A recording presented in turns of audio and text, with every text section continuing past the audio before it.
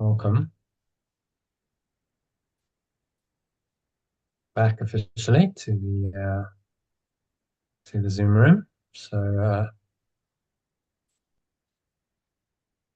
let's just have a look at today's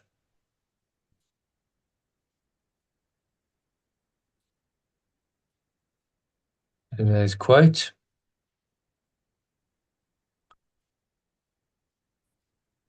So Karen, if you can read that headline quote for us, please. Yeah. The only way love can last a lifetime is if it's unconditional.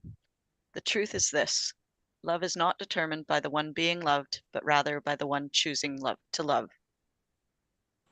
Hmm. What a profound quote.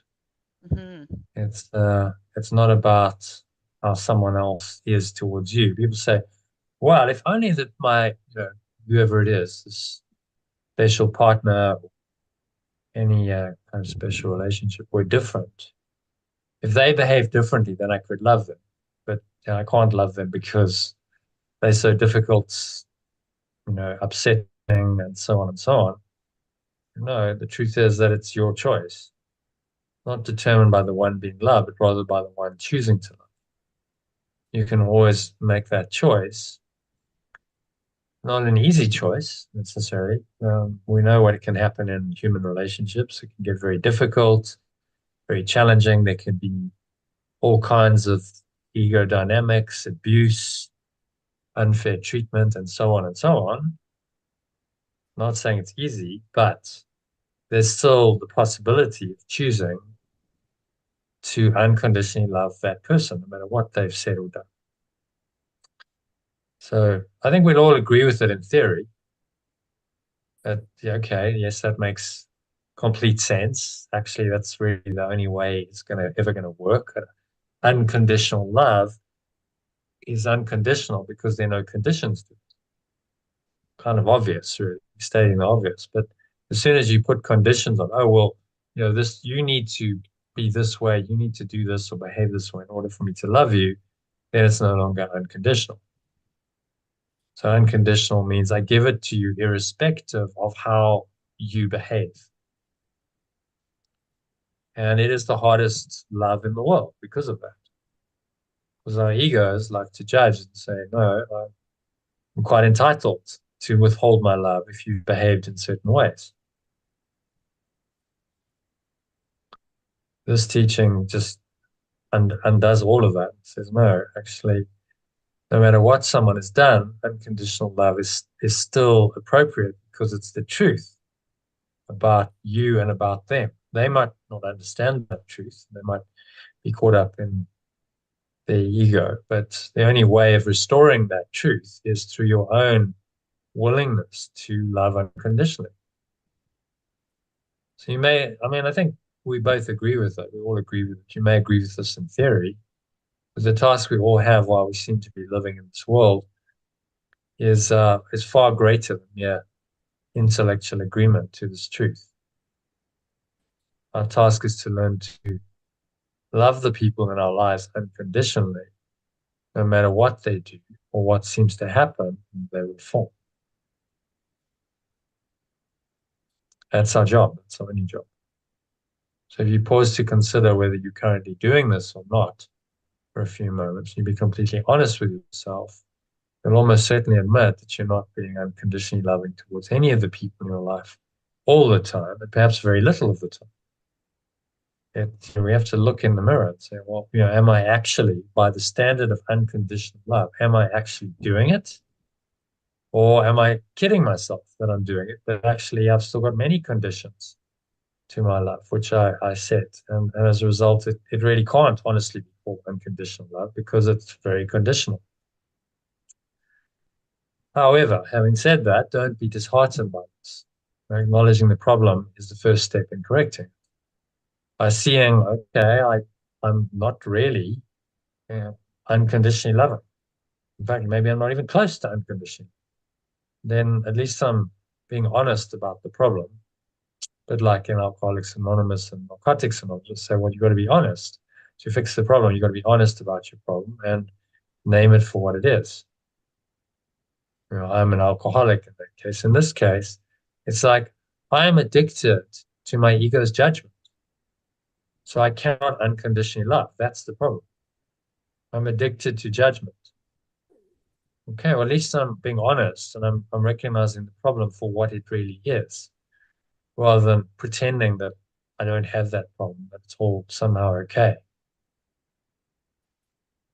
So acknowledging the problem is the first step in correcting it, because without acknowledgement, how can you take the second step to commit wholeheartedly to learn the ultimate of all skills, no matter how difficult this may seem to be? And that ultimate of all skills is forgiveness or letting go. You can actually let it all go. But that is something that needs to be practiced. It's simple, but it's probably the hardest, most difficult skill that you'll ever learn because it goes right up against every bit of ego programming that you have, and so it feels like sometimes like you're losing your everything that you value, you're losing your identity, you're losing your life, you're losing various things on the material level as well.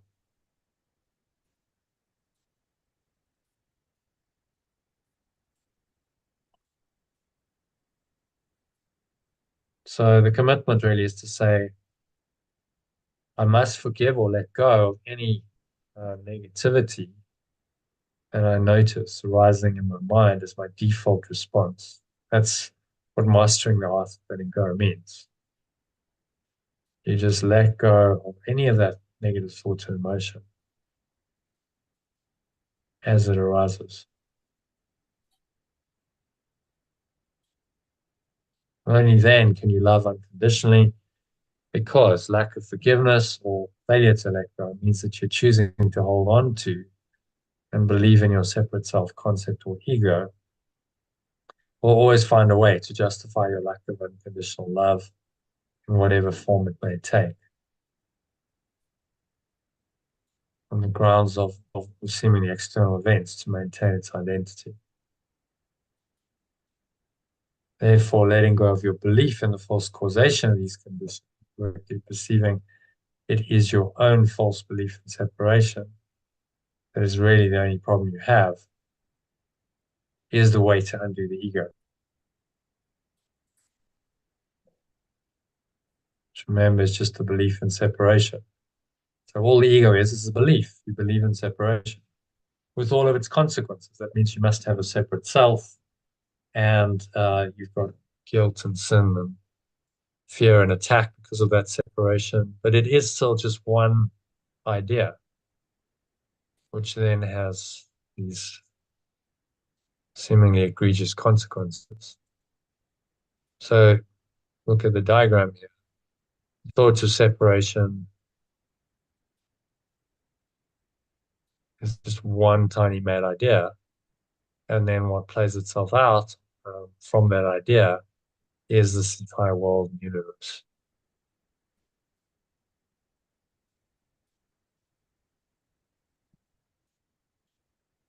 Okay, so let's go to.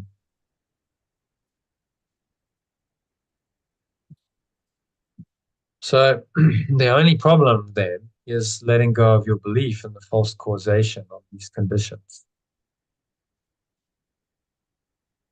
If you can't love unconditionally because lack of forgiveness or failure to let go means that you're choosing to hold on to and believe in your separate self-concept or ego, always find a way to justify your lack of unconditional love on the grounds of seemingly external events. And just letting go of your belief in the false causation of these conditions and correctly perceiving it as your own false belief in separation is really the only problem. It must be key. One problem and one solution.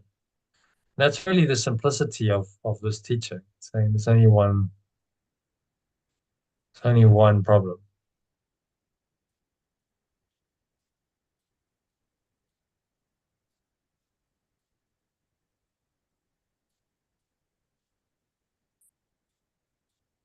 Okay, so that'll remain.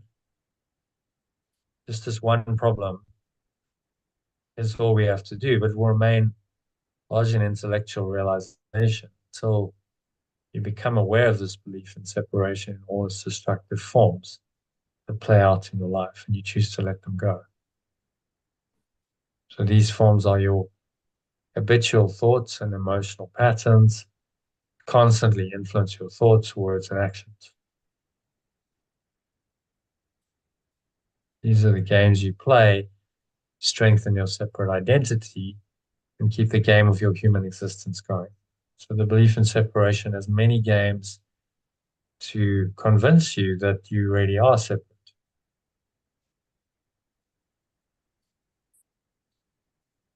And that's part of what we're going to do tonight, is to uncover those games.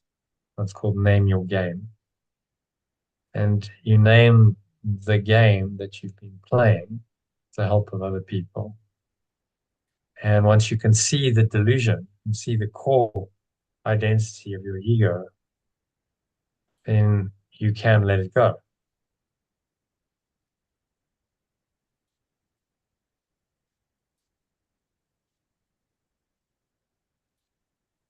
So we're going to do the name your game exercise today, which sets the foundation for the rest of the course.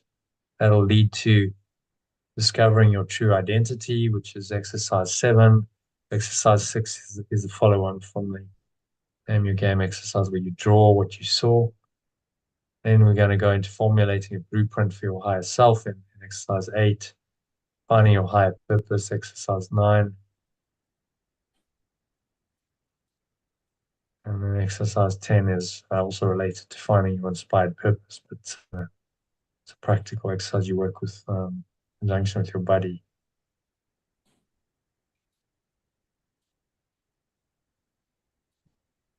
So all of this, and then finding your higher purpose is key as well. So all of this is really the foundation of a new life. You're building your life on the foundation of rock rather than on the shifting sands of time, which is the ego's false foundation.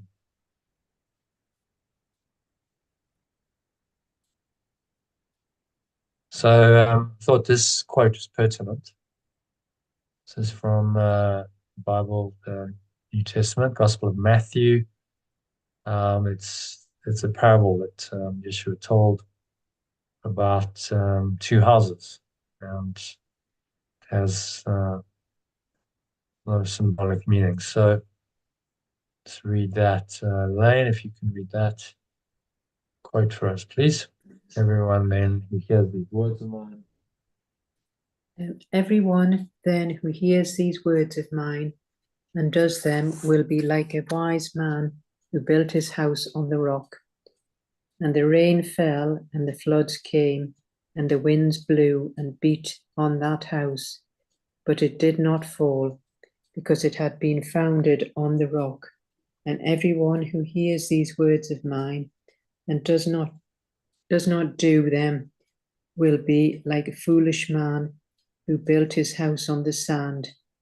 And the rain fell, and the floods came, and the winds blew and beat against that house. And it fell, and great was the fall of it.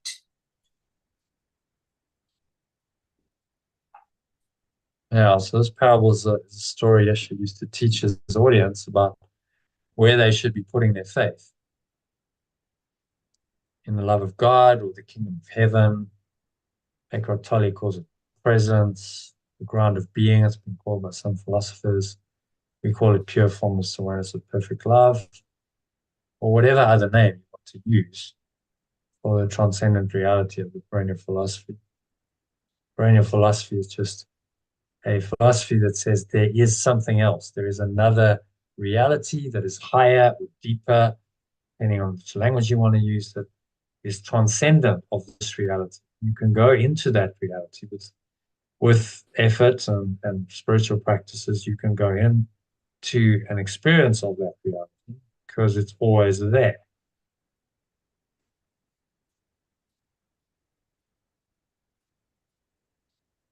And so this is part of the great wisdom of the ages that all the great spiritual teachers and teachings pointed to through the ages. That there is a transcendent reality and that everyone can find that. This is not exclusive to any particular sect or culture or religion. This is a universal experience that's available to anyone who is willing to, first of all, start the seeking process to find the answer.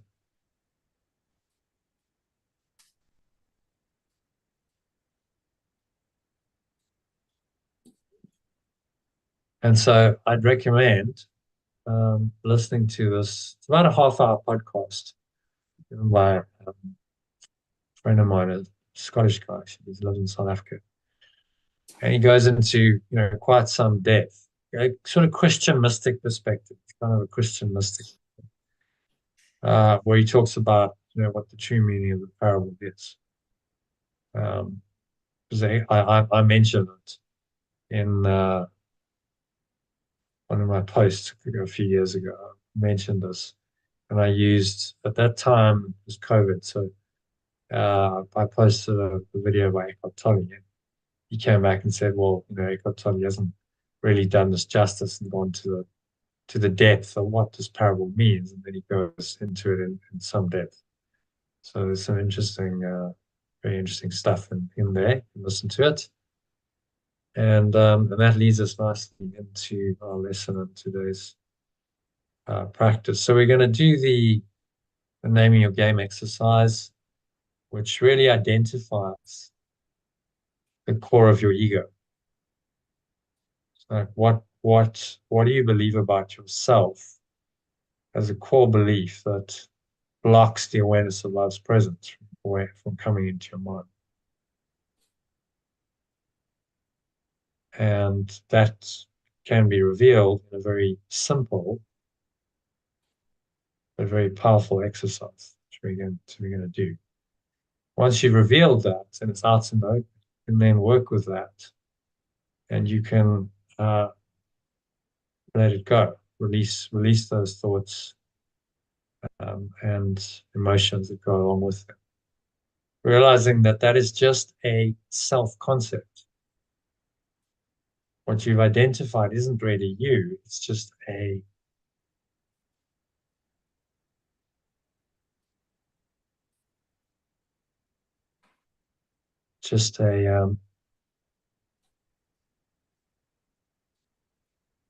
a way out. You can get out of the dream by looking at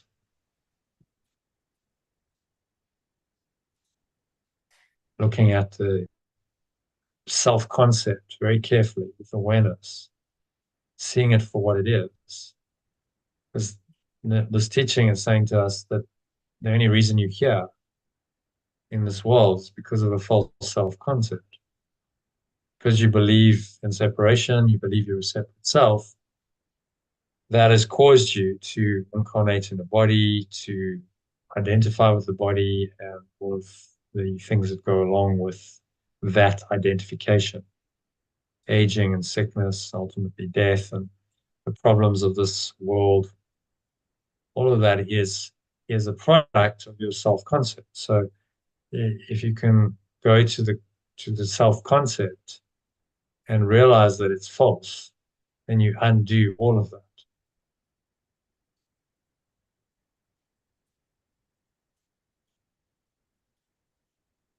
So we're going to look at really the foundation of your ego's life. That's the key. Let's start, if we're digging in to our minds, you gotta, before you can get to the ultimate truth of who you are, pure formless awareness of perfect love. Let's just scale that up a bit. So this diagram is in your manual, course manual. It's actually a diagram that's included in the Instrument of Peace worksheet, which is another great process. I have sent you, I've included in the course manual because It's in a fillable PDF. So you actually fill it in. You fill in A, B, C, D, and E, and then it populates the whole worksheet for you. You can read through it. So the fillable PDF is very helpful. So that's why I've included it in the Word document. So this gives us an understanding of the psychology, the levels of the mind that we're working with, and how to overcome them. So we start off with the perceptual world. So that's the world of your sense perceptions and whatever comes in to your senses, your physical senses. It's then how you interpret. Perception is interpretive by nature. So it's what you interpret it as. And that is influenced by your emotions, your thoughts, and underneath emotion and thought is belief. What do you really believe about yourself?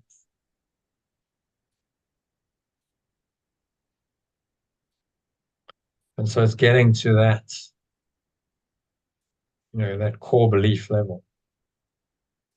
Okay, so what do you believe about yourself currently as an ego, as a separate self?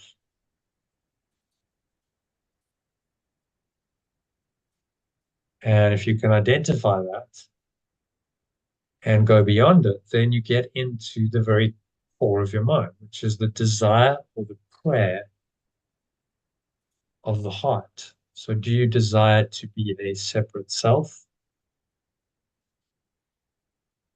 and still continue with the ego's thought system, or do you desire, above all else, to free yourself, to be oneself?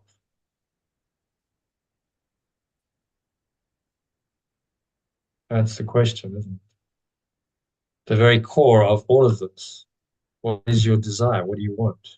This asks you, are you willing to offer this, whatever the false desire is, to the Holy Spirit now, in order to realign with the only goals will bring you what you truly want? Just to accept peace of mind.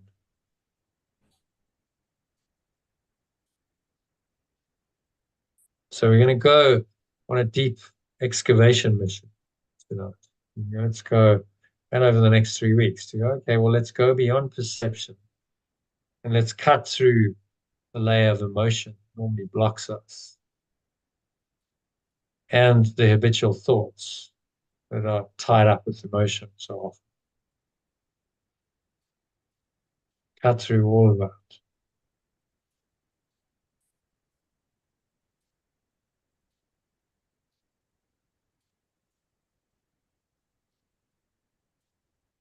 So it's getting to the very core of your subconscious, which has been hidden. The ego doesn't want you. And each layer, at each level, there's defenses. The ego wants to keep you on the perceptual level, believing that what you're perceiving is really outside of you, and that your perception of it is just, that's what it is. There's nothing you can really do about it. Someone's done or said something, and if it wasn't very nice, then how else are you going to perceive it? But negative. So it denies your ability to make a different choice. So does this make sense? The levels of mind, structure of the mind. What we're doing is, through a process like this, name you again, we're getting down to the core belief level.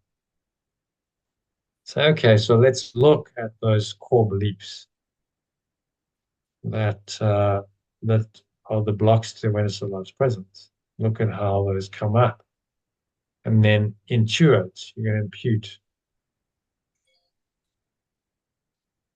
from this what actually is the truth behind all this, using the feedback you've got from the exercises. So what do you really believe about yourself? And that will be revealed.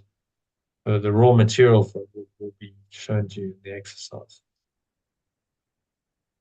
which you can then use to transform your mind from that belief and be able to find the true self and true belief and thought and emotion and perception.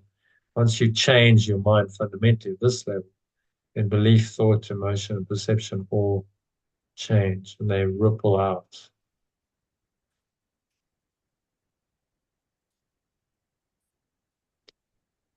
Okay, so does that make sense? Yeah.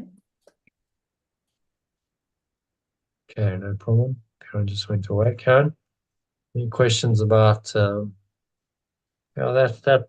structure was actually given to David Hoffmeister by Yeshua in the meditation, included as a kind of a visual component, because there's obviously no diagrams in the course for text, as a way of symbolizing the structures of the levels of the mind and diagrammatically, so we can start to understand it more easily, really. That's the only purpose of the diagrams. See it in a diagram, it's a summary, isn't it? So we're going into this level tonight, saying, okay, so what are the egoic qualities that people pick up, and let's help you to see those so that you can see the beliefs behind them for yourself. So you can then find those core beliefs in exercise 5, which you're meant to do ideally as soon as you can after the live session. Okay, so all good? All good. Yeah. Any questions? Elaine's done this before. There's only it's a pity there are not more people, because with a few more you get more feedback, but anyway, we'll manage. Maybe some of them will show up. I don't know what's happened to well, there's actually 3 others in the course, so neither of them have turned up, which is a shame, but so be it. All right, so I think let's do our lesson for today. We'll finish that. Do a lesson meditation. I'll prepare us nicely for the exercise. Just so you know, the exercise will not be recorded. I'll go offline, and I won't record it on Telegram to the group either when you're doing your session. So that feedback is only for you. I'll record it, but just as a personal voice note sent to you on Telegram, so you can listen. It might be very useful for completing exercise 5 in the next couple of days. Okay. So let's have a look then at today's lesson. So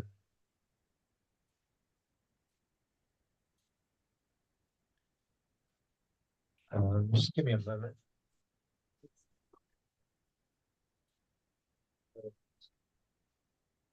Yeah. Getting my proper webcam.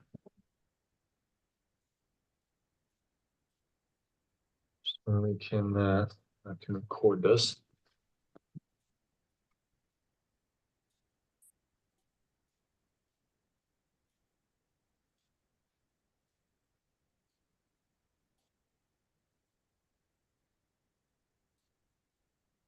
Yeah, so it should switch to yeah.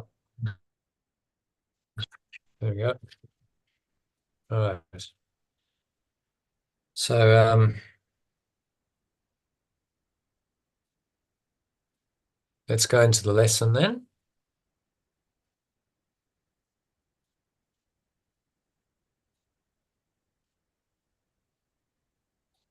So this is lesson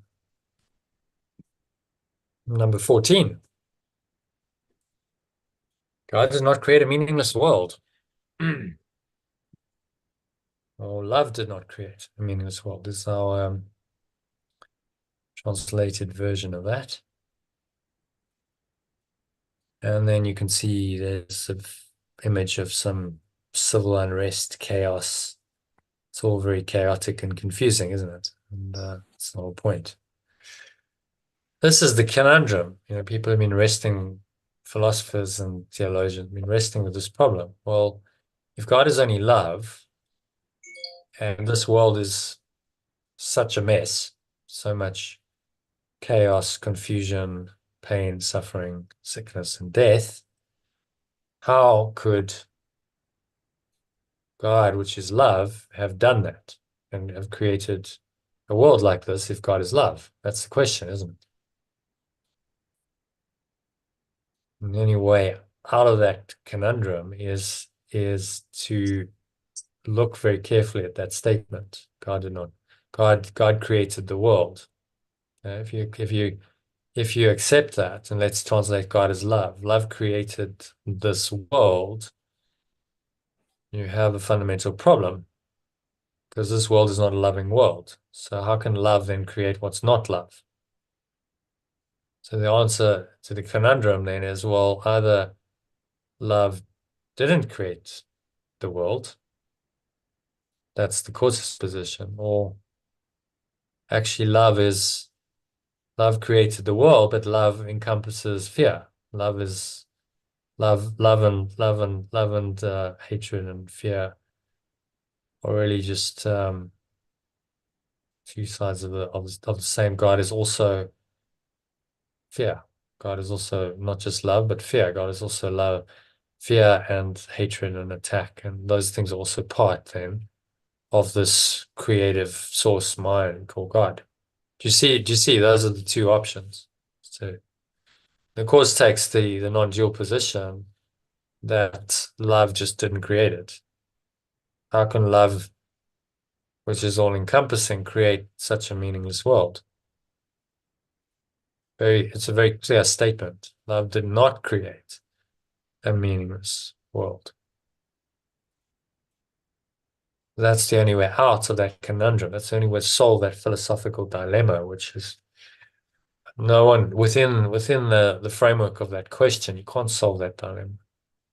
There just seems to be a contradiction that's inherent, and no one can really answer it. In religious terms, you ask that of a priest or a rabbi or something, they'll say something like, well, God works in mysterious ways.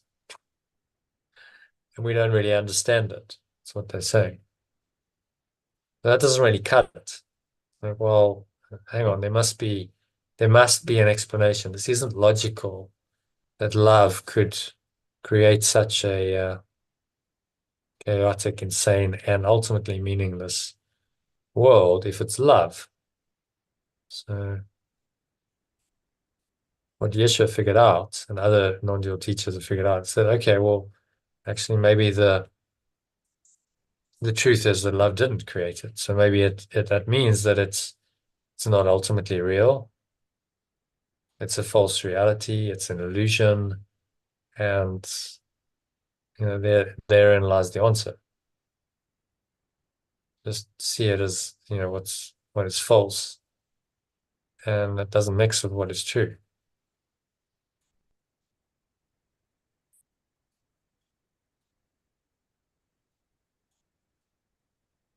Okay, so let's have a look at lesson 14. I might just actually bring it up in the Word document. I think.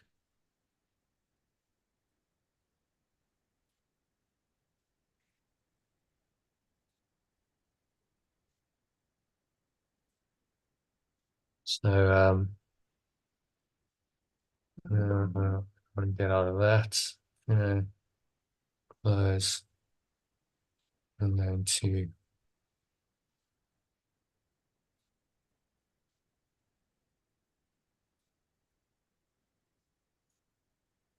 just go into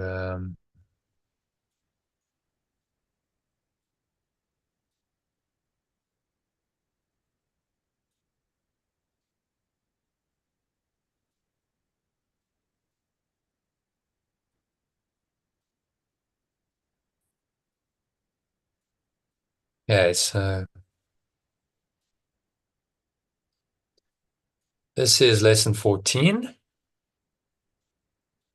Done the introduction way back when, so let's just skip straight to the lesson. So read it in the original and the alternative form. So start off with Elaine, if you can read that. Paragraph 1, just line by line, then alternative. Yeah. The idea for today, of course, the reason why a meaningless world is impossible. The idea today is, of course, the reason why a meaningless world is impossible. What God did not create does not exist. What pure formless awareness of perfect love did not create does not exist. And everything that does exist exists as He created it. And everything that does exist exists as this awareness creates or extends it. The world you see has nothing to do with reality. The world you perceive has nothing to do with reality.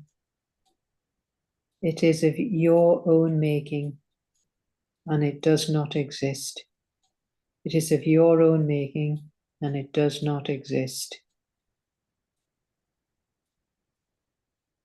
Okay. And then from the top, an alternative. The idea for today is, of course, the reason why a meaningless world is impossible. What pure formless awareness of perfect love did not create does not exist. And everything that does exist exists as this awareness creates or extends it. The world you perceive has nothing to do with reality. It is of your own making and does not exist. Okay, summary of that. Well, the only true is this pure formless awareness of perfect love, and everything else is not reality. It's all of your own making, and it doesn't exist. So this is the only awareness, is this pure formless awareness, which creates and extends.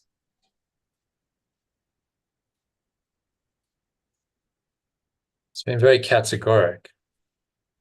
So only this loving awareness, this pure formless awareness of perfect love, really exists.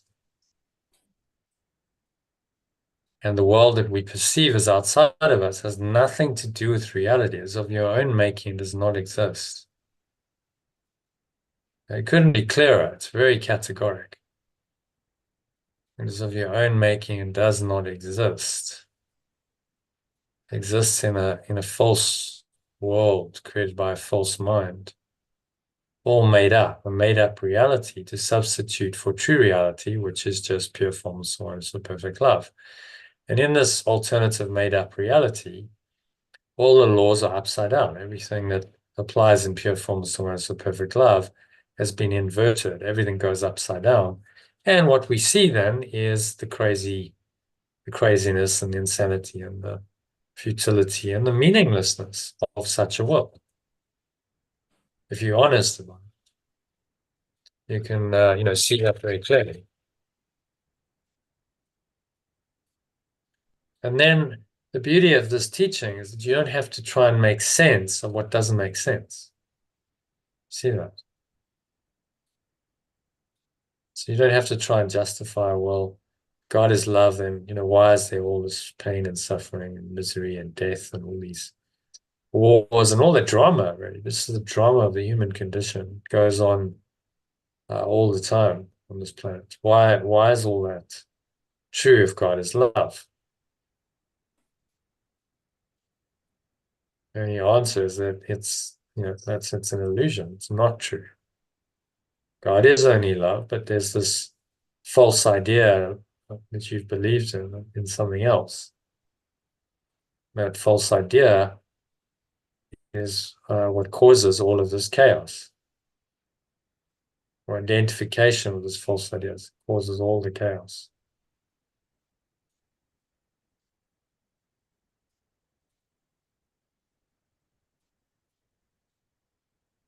All right. So any thoughts or questions on that first one? It's a simple idea, but it's huge. It's a massive idea. And it took me, I studied the course for a while, maybe 2 years. Then I read a book called Disappearance of the Universe by a guy called Gary Renard. And although this is in the course, in this lesson and other parts, I hadn't really got it. And then they talked about it. There's a conversation between him and some ascended masters in the book, and they were talking about this, and it just hit me right between that. No, God didn't create the world. I was like, whoa, okay. It kind of rocks my world. I remember looking and then understood maybe for the first time to some extent what the illusion means. I remember the moment very clearly. It was a moment, like a Satori moment, a moment of insight. I was sitting at a desk, I was reading the course, and then I was like, no, I was reading the Disappearance of the Universe, that's right. And I looked around, I went, this is just, excuse my French, but I'm saying because this is what came to my mind. Like, holy shit, none of this is real. I'm actually looking around, and this is just everything I'm seeing is unreal. I kind of get it. And I sat there for a few minutes and was kind of, okay, what do I do with that? And it was more like, now what do I do? Okay. And now, like, where do I go with this idea? None of it's really real. Wow.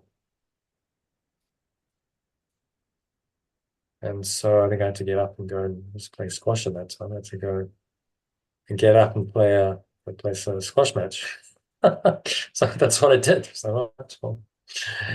Get up and, chop wood, carry water, having had this major realization. Actually, God didn't create the world, therefore none of it's real. Therefore, I'm in an illusion. None of it actually means anything. And yet, you continue on with your life in the dream. It doesn't just stop.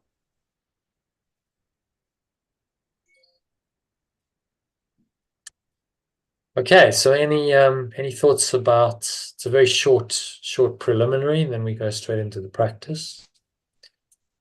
Any thoughts, comments, or questions? We can discuss it a bit more if you want. Karen, how's that for you?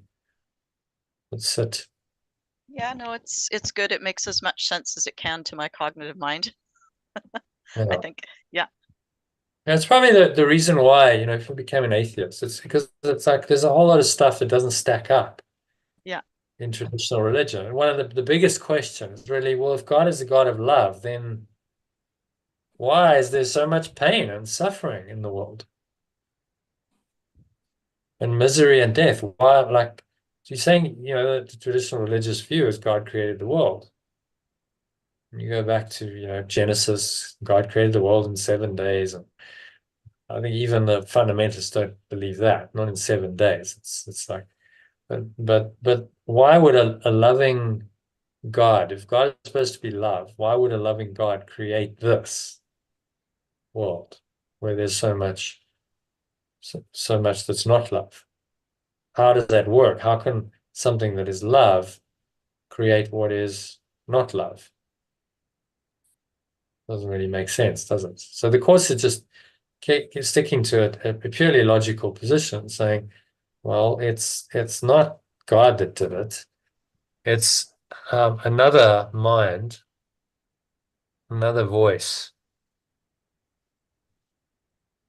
another identity in your mind that is actually the opposite of God that created it. We call it the ego, or consciousness, or the universal mind that's been called, or the belief in separation, or Satan in the Christian, and I think also the Judaic, and they have similar names for this entity.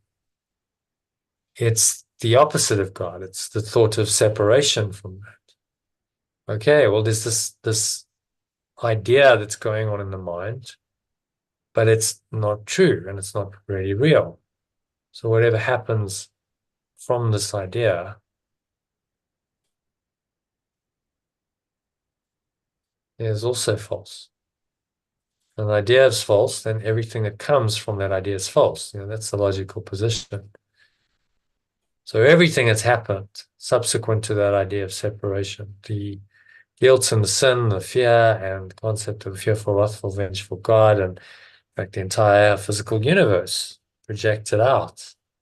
It's an explosion of mind energy outwards. All of that is a product of an idea of separation that is not true or not real.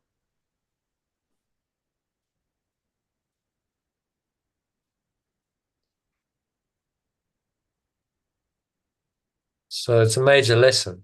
God didn't do any of it. Perfect love did not do any of it. It's a split mind. It's a part of your mind that thinks it's done it. In thought, it seems to be real, and it now seems to have real consequences. But that entire reality is an invented reality. That entire reality is a dream or a movie or a computer game, if you got caught up in this alternative reality based on this idea of separation and the various rules that go with it. And actually, none of it is true. So the Holy Spirit is just saying to us, well, recognize this and just reinterpret the ego's dream.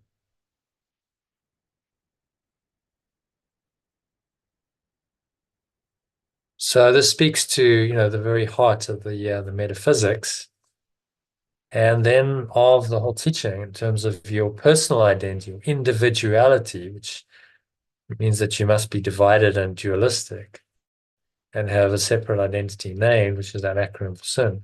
Individuality is not ultimately real. It's why you can do a name your game exercise. You can see it, this thought system, for what it is.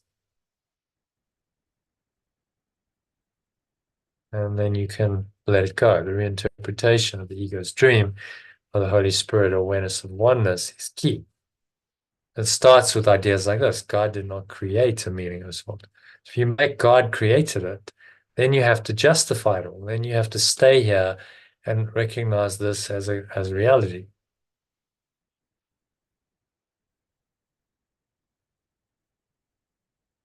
Okay, so does that looked at that diagram before? Does it make sense to both of you? Do you have any questions about it? Yeah, that's clear. Yep. So that's the theory, and then it becomes about applying the theory. This is where the trick comes in. Okay, well, intellectually, all right, I can kind of get that. The idea of separation isn't real. God didn't create the world. There's this other entity called the ego. Okay, intellectually, but then along comes a challenge in my life down at this level, in my individual dream of an unfair world. Along comes something that makes me feel unfairly treated. And then, this teaching can only help you if you can apply it to those instances. Actually, no, I don't need to live in this helpless, innovative little life and fear everything and be lonely and lacking and suffering and ultimately death. I don't need to do it that way because I actually have pure formless awareness of perfect love within me. It's already there. The more you access it, the more you start to go into it, the more it awakens. And the more you start realizing that the theory is true, but you're realizing it experientially. You got to practice this by applying it to all of the ego's games, which is exactly what this name your game exercise is about. Practice applying the Holy Spirit, just guiding the whole process to whatever your games are so that you can let them go.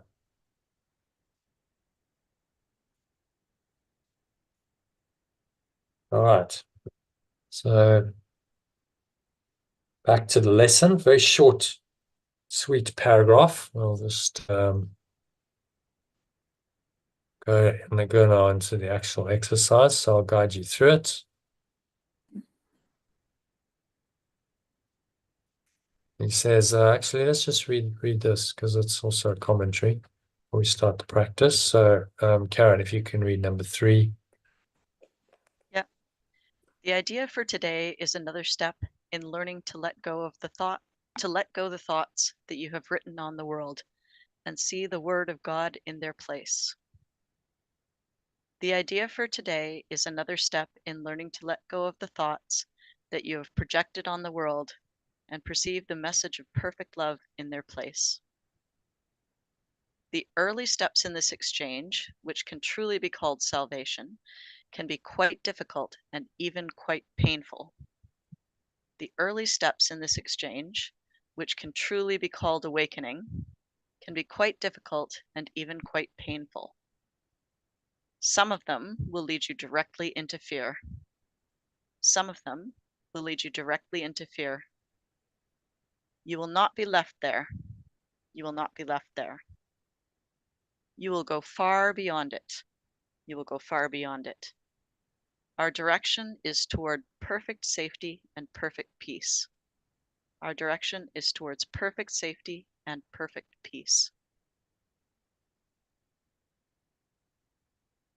Okay. Read it from the top in the alternative. Yeah. The idea for today is another step in learning to let go of the thoughts that you have projected on the world and perceive the message of perfect love in their place. The early steps in this exchange, which can truly be called awakening, can be difficult and even painful. Some of them will lead you directly into fear. You will not be left there. You will go far beyond it. Our direction is towards perfect safety and perfect peace. Okay, thoughts on that? So it's saying that we're going to be letting go of our thoughts of the world and realizing the truth of the perfect love instead.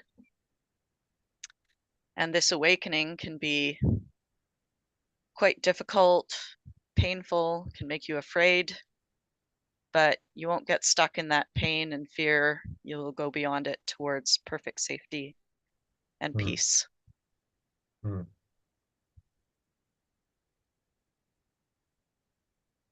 Yeah, so he's telling us that the journey can be challenging. And if you haven't experienced that yet, then you will. It's inevitable. The ego will resist. It's going to fight back. It's going to try everything it can to stay alive in your mind, to keep control of you. And it's got many strategies, many different ways, which is why we have a whole course, because it's kind of unpicking all of that, revealing what the ego is up to. Can be quite difficult and even quite painful. So Elaine, I know you're going through some difficulty at the moment. He's telling us it's part of the journey. Just understand that actually it's a sign that you're making progress. Yeah. That increased difficulty is a sign that you're actually getting closer to the core of truth within you, and the ego is reacting. It's trying to do its best to defend, and it defends by bringing up all kinds of negative thoughts and emotions. Tries to get you to attach to them and dwell on them rather than just focus on the truth. So, very encouraging message. Our direction is towards perfect safety and peace, but there is going to be some difficulty along the way, and that's, he's just kind of telling us it's straight. That's, don't expect to awaken without some difficulty. Because if we thought it was all plain sailing and then we experience the difficulty, then we think something's wrong. We think we're off course and we're doing it wrong. No, actually, when you experience difficulty, it means you're progressing, you're doing it right. It means the ego's just fighting back and it's fighting for its life. You don't have to believe in that.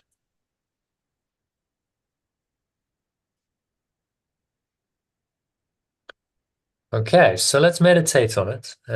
He's given us an exercise to really look at all the difficulties of the world, the horrors of the world, as he calls them, and then be very specific. The reason why we're very specific in saying that God or love did not create that is because it makes it very practical and tangible in this world.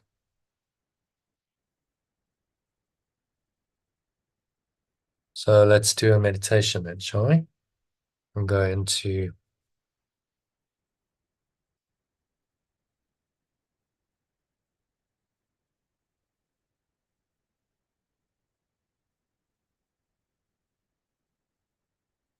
okay, so meditation on this lesson, today's lesson 14. Just sitting comfortably, feet shoulder width apart, your back straight, you cup your hands in your lap.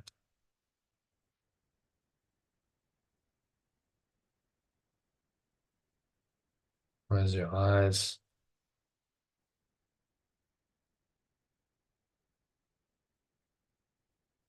And start off by taking a nice deep breath in through the nose. Breathing in, noticing how the stomach rises and the chest rises. Subtle flow of air in through the nostrils. Clench the sphincter muscle, you lock the energy in. Pull the energy up to your spine, to your heart center. Put one hand on your heart to connect with your heart space. Pull it up into the crown of your head.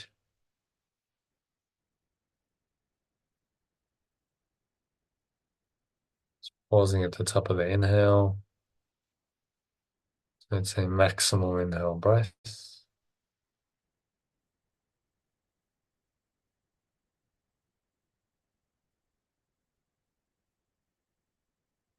Now just your eyes closed. Search your mind.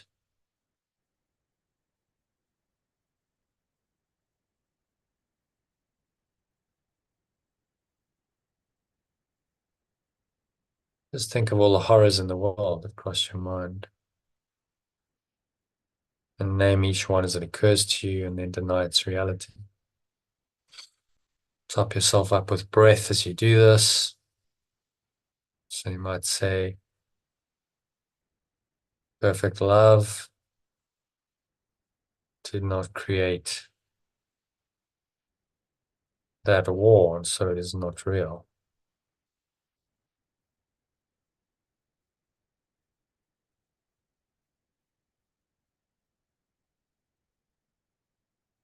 Think of the various wars going on in Gaza and Ukraine and other conflict areas.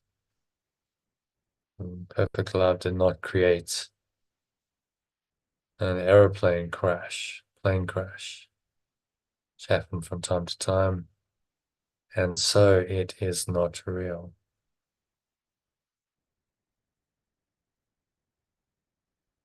Perfect love did not create whatever disaster it is, just specified.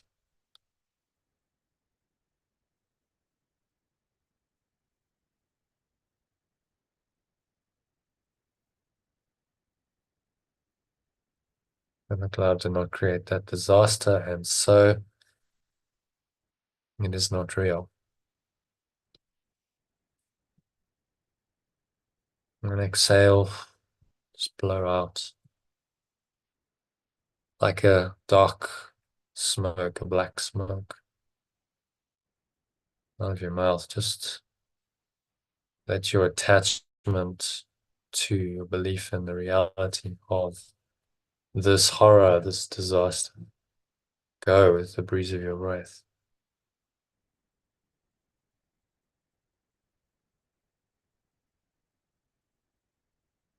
So perfect love did not create whatever it is. Is anything going on in your life that's difficult for you? Just use it. Apply the idea, breathing in.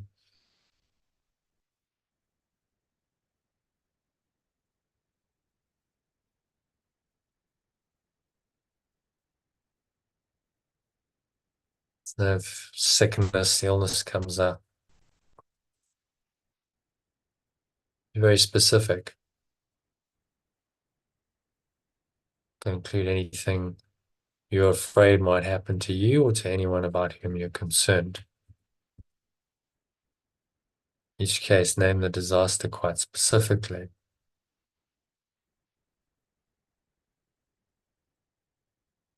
Well, and generally, so, for example, don't say perfect love do not create illness, but perfect love do not create cancer or heart attacks or whatever else fear in you.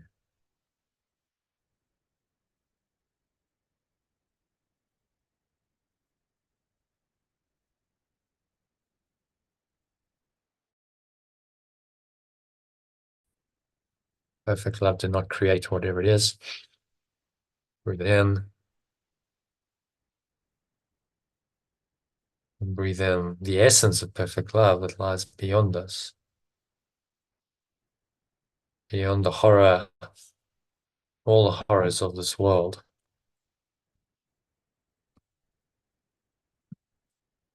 Lies just perfect love.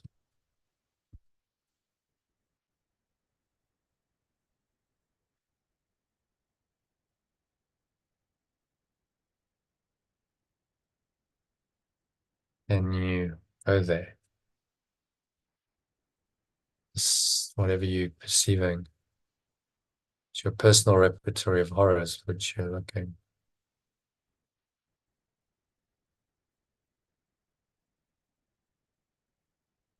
These things are part of the world you see.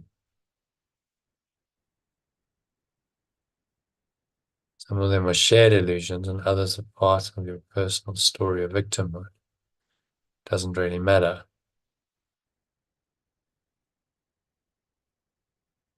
Perfect love did not create. Only be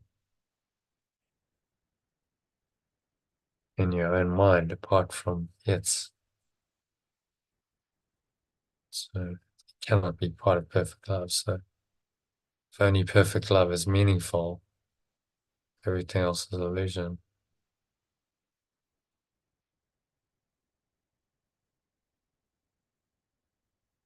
It has no meaning.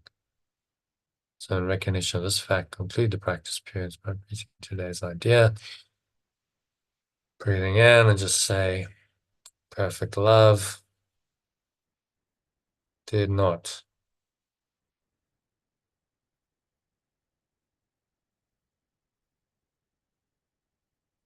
Perfect love did not create.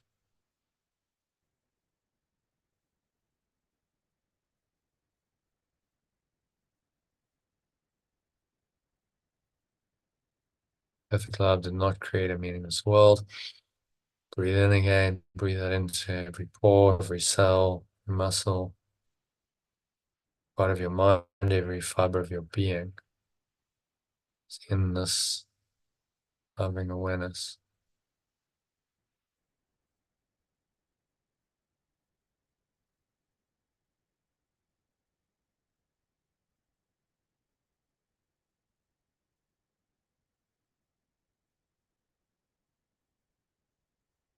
Perfect love did not create a meaningless world.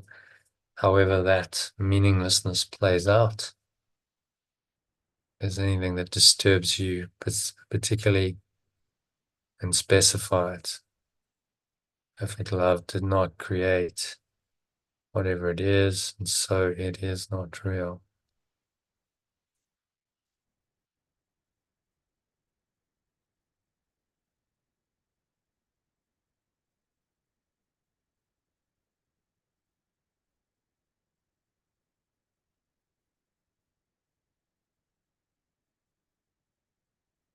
Say perfect love did not create a meaningless world.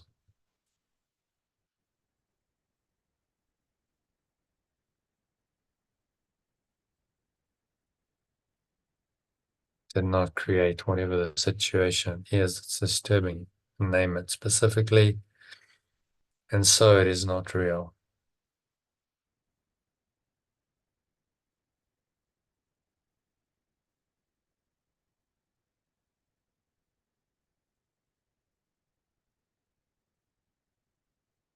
So nowhere else to go, nothing else to do, nothing else really to think about. Just breathe, relax, be still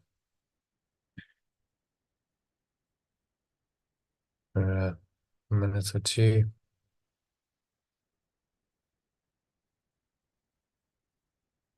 Of deep silence.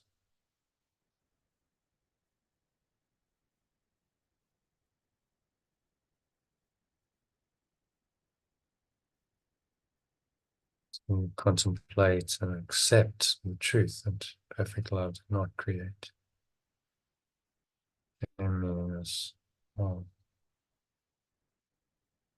the next couple of minutes of deep silence.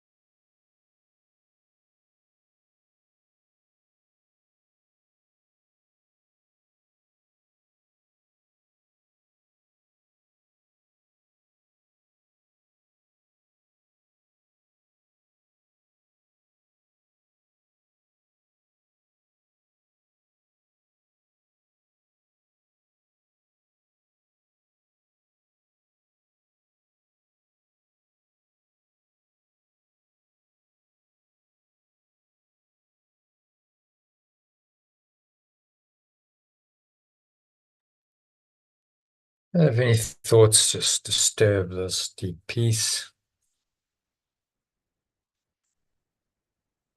just remind yourself that God or perfect love did not create any of it, did not create a meaningless world. And so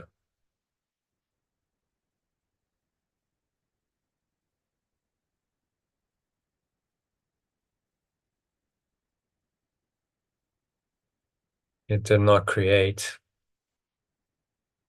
whatever it is that is disturbing your peace.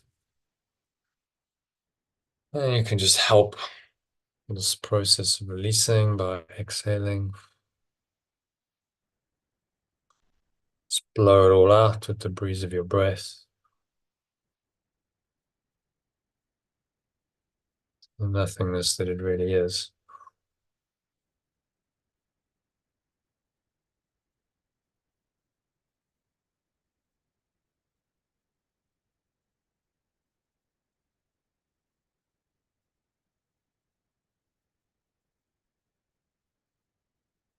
Sink back into a state of deep peace, connection with your source.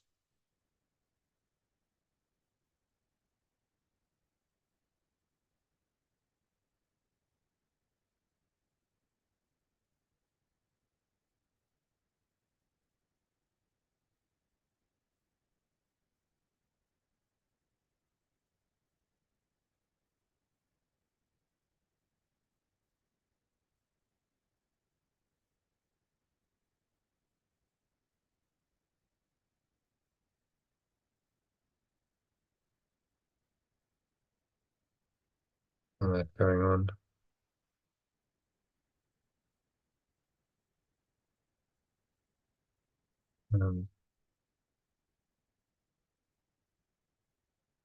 Surrender to it.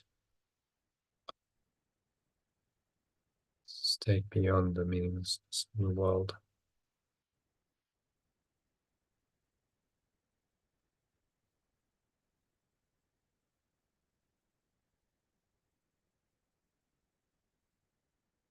State of perfect love lies beyond these meaningless illusions presented to you in a meaningless world.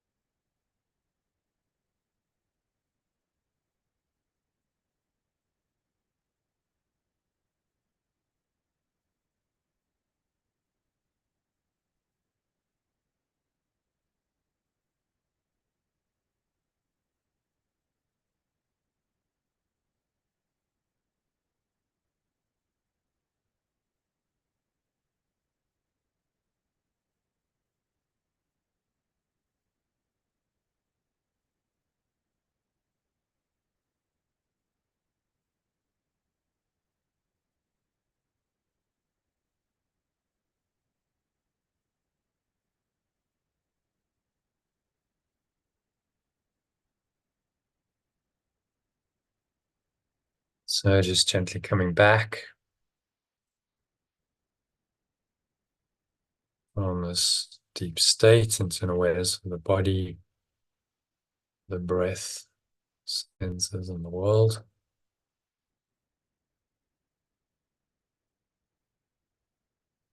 And on the count of 3,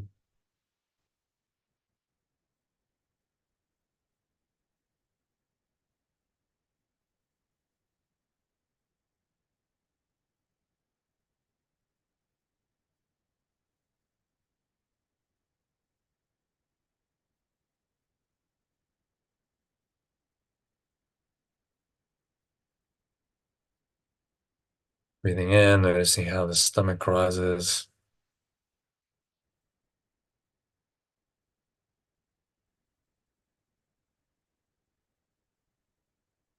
Chest rises.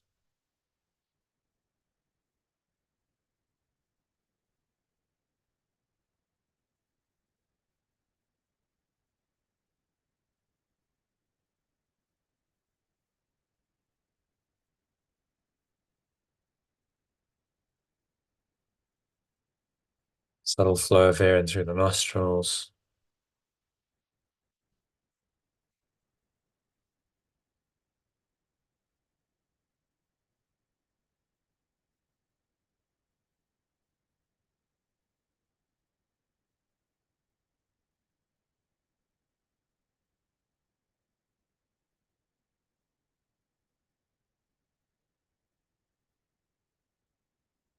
Just scan your mind again. Notice any thoughts, emotions, related body sensations going on, and remind yourself that whatever's triggering you, if there's anything that's at all upsetting still, That's a perfect love. Did not create it. This perfect love did not create a meaningless world.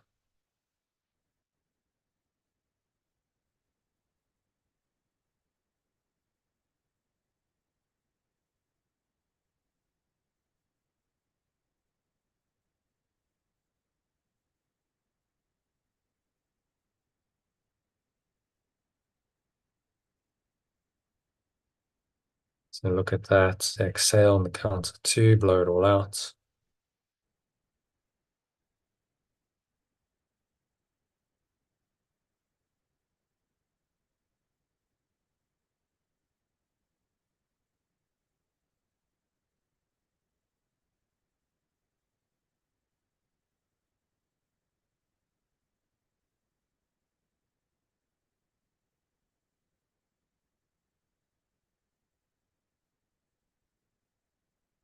Blow it all out. Exhale.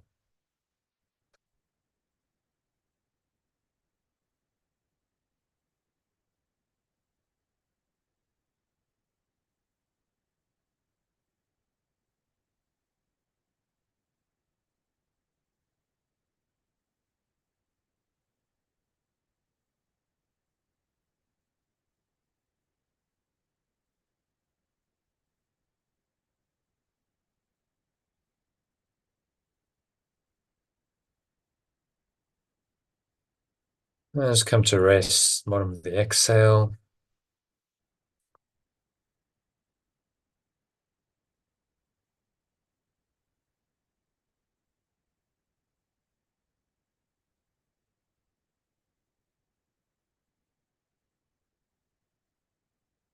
Blow it out with a breeze of your breath.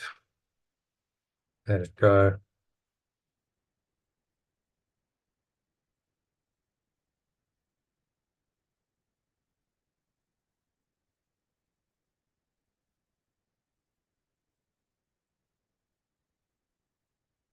On the count of 2, notice the weight of your body pressing down into the chair.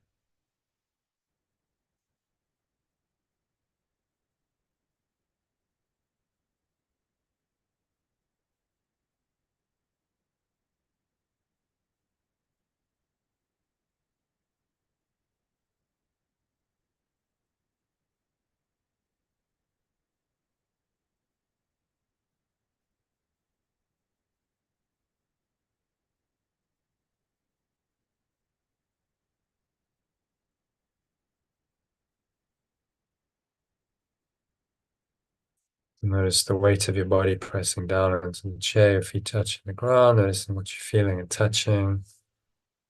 A little taste in your mouth, smell in your nose perhaps. Noticing all these things from this very still, calm and surrendered state.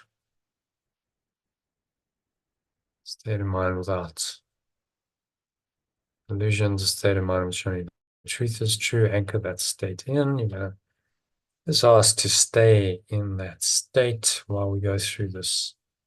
Can be quite challenging process, difficult process.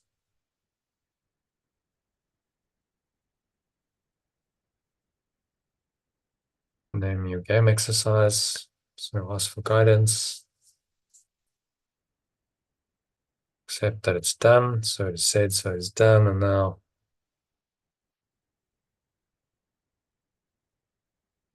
on the count of 3, you open your eyes. So just take a minute just to look around and notice what's going on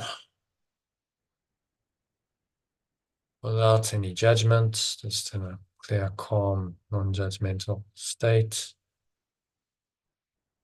Just observe without judgment, without attachment.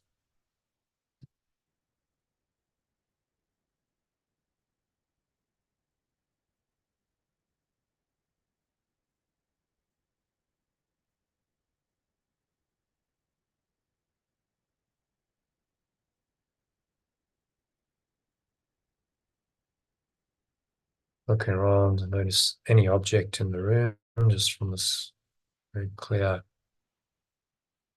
calm, detached state. You might use today's idea again, say perfect love did not create a meaningless world, did not create anything I'm looking at. Notice how that makes you feel.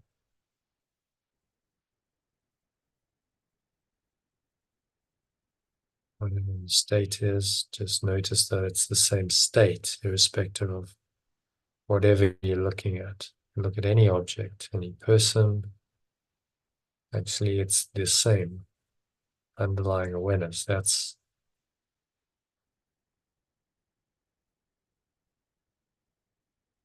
being asked to experience. So it teaches you that only that awareness is true and everything else is false.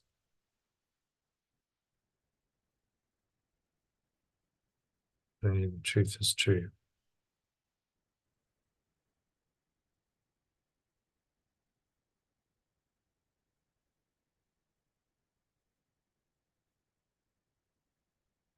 So brings us to the end of the meditation and the practice of the lesson.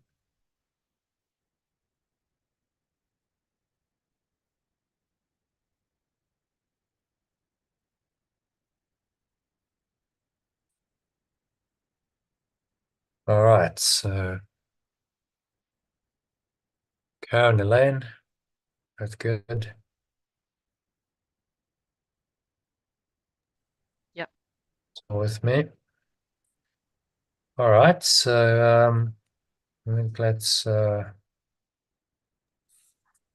into this naming your game. I think I'm just going to stop the recording.